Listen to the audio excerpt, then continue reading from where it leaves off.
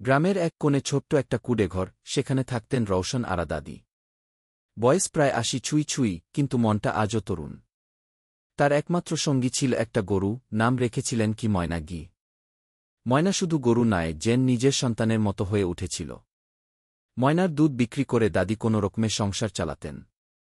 কিন্তু গত কিছু মাস ধরে দুধ কমে এসেছে, ময়না আর আগের মতো নেই। পেট চালাতে হিমশিম খাচ্ছিলেন দাদি। গ্রামের লোকেরা বারবার বলছিল, দাদি, গরুটাকে বেচে ফেলেন। বয়স হয়েছে, দুধও আর তেমন দেয় না। কিছু টাকা পাবেন, অন্তত চাল ডাল কেনা যাবে ঘি। দাদি মনকে শক্ত করে একদিন গরু হাটে রওনা দিলেন। ময়নার গলায় দড়ি বেঁধে নিয়ে হাটের পথে হাঁটা দিলেন। কিন্তু যতই হাটের দিকে এগোচ্ছেন, দাদির বুকটা ততই ভারী হয়ে উঠছিল। প্রত্যেক পদক্ষেপে যেন একটা দীর্ঘশ্বাস। হাটে পৌঁছেই লোকজন গরুর দাম জিজ্ঞেস করল। কেউ বলল, এই গরু তো বুড়ি হয়েছে দাদি, ৫,০০০-এর বেশি দিচ্ছি না ঘি। কেউ বলল, একদিনও দুধ দেবে তো ঠিক নাই। দাদি শুধু চুপ করে ময়নার দিকে তাকিয়েছিলেন। ময়না শান্তভাবে তাকিয়েছিল দাদির চোখে, সেই চোখে ছিল ভরসা, স্নেহ আর একটা অব্যক্ত প্রশ্ন। তুমি কি সত্যিই আমাকে ছেড়ে দিচ্ছ?